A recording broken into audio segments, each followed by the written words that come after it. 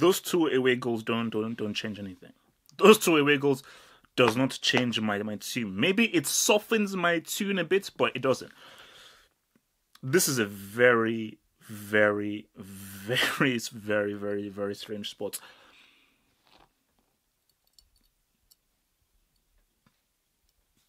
What I mean, if this match was like a story, it's literally like 3 different chapters. Because chapter 1, Roma were very impressive. High line, controlled the midfield, did not allow Liverpool to play their game, forced it to make the game a lot slower, and they were actually creating a lot more chances and they controlled the game. Then chapter 2, which takes off most of the book, Liverpool just ripped Roma to shreds. Every single time Liverpool came forward, it looked like if they were going to score. Salah is on the Ballon d'Or shortlist. I don't know what the official thing is. In the real Ballon d'Or, Salah is on the Ballon d'Or shortlist. Salah has been the best player in the world this season. I don't care.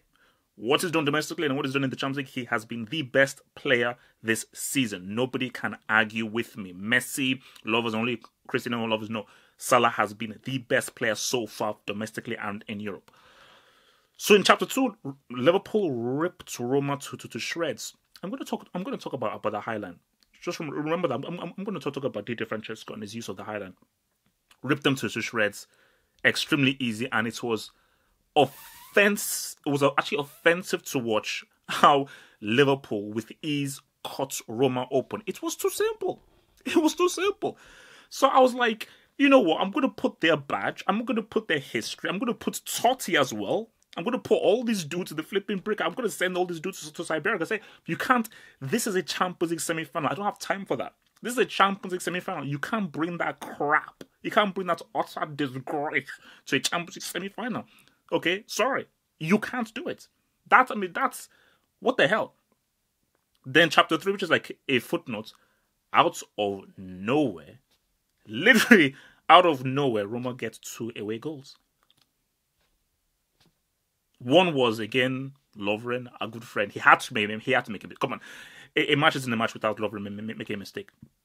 The other one, maybe slightly harsh, a penalty and Perotti put it away. Why didn't Perotti start? So, let me unpack things. Let me start with Roma's tactic. Fair enough, it worked for the first 10, 12 minutes. High line, putting pressure on Liverpool's players, Nainggolan having a very key role, winning the ball, and also maybe it was attack is the best form of defense. So by Roma being so high up, keeping on attacking and being very offensive, it actually reduced the amount of defending they had to do and not allow Liverpool to really get their players in space. But I think once the momentum now switched to Liverpool, and especially once they got to that goal and they were now finding spaces through, Roma should have just changed up and said, boom, let's go deep. Let's slow the game down, get some tactical fouls, and let's go deep. But second goal, third goal, fourth goal, Roma were still playing high up. And they were still playing high, looking to get the goal. I say, this is a 180-minute game. You're 1-0 down. You are under pressure. Slow the game down. Make it ugly. Keep possession on the ball. Put it long ball, but sit deep. Sit deep. Force these guys to break you down. So I didn't understand his persistence with the high line once Liverpool figured it out. Because it took about 20 minutes for Liverpool to really figure this out and for them to feel their way into the game. But once they did it, change it up, switch it. Boom, these guys have figured it out. This tactic doesn't work with a team who have an excellent roaming striker in Firmino and a flipping dynamo in your boy flipping Salah. So I didn't get it. What Salah has done this season is shocking. He's using drugs. I don't care what anyone says. I don't need him to be tested. He is on Scontoriga. He's on crack cocaine. And he's on Philippia as well as Ogwebu. Ogwebu is the hardest drug you can sniff. That dude is sniffing Ogwebu. So, I don't care what anyone says. That man I'm seeing here, taking drugs. Again, it's fine. It doesn't really matter whether he's on drugs. he's on drugs. Because the first G, I mean, my lord, because I said, even if you sit deep, man, how do you defend that G? Opening him up, top corner, crackdowns, like, what the hell? And the second G, the touch. I mean, and Homeboy gave you 2 Gs, and Homeboy gave you 2 assists. And your Champions League semi. I mean, sorry, man. Also, if the Ballon d'Or voting was of right now, he'd win the Ballon d'Or. And nobody can give me any arguments. You can't give me any crappy Cristiano arguments or any crappy Messi arguments. If the Ballon d'Or voting was now, he wins it. Because there is no doubt that he has been the best player so far in Europe. Because what this dude has been doing consistently is too much. It's too much. It's too much. So, but 5-2, like, guys, let's be real. I still think that those tickets being booked for Kiev, they're still good. And let me go further. Roma are not beating this Liverpool side with Salah 3-0. Because Salah isn't Messi this season. Salah, if he's fit, is scoring in Rome.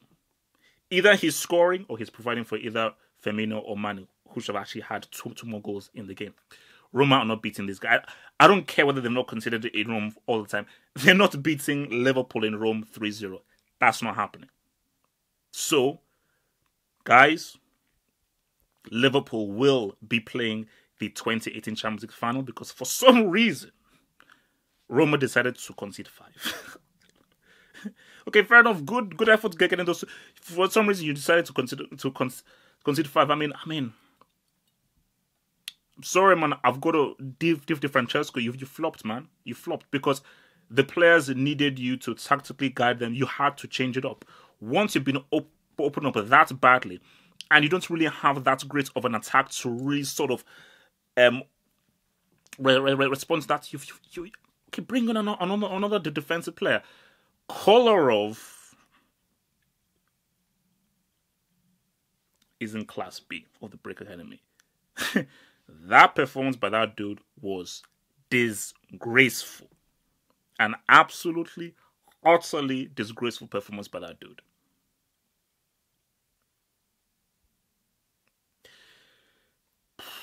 Look, man. I think I mentioned it before.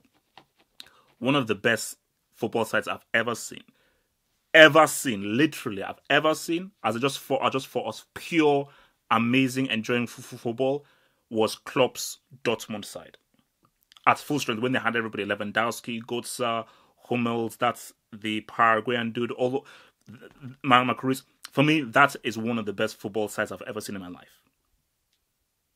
This Liverpool side are not there at that point, but they're there and about. I mean, the way the running of these dudes, how the aggressiveness of the attack, how much they run, their intensiveness, how they just come at you again and again. What's it called? I think at 5-0, you even saw Firmino say to the guys, get at them more, again and again and again. So there's just a relentlessness of these dudes that they just want more and more.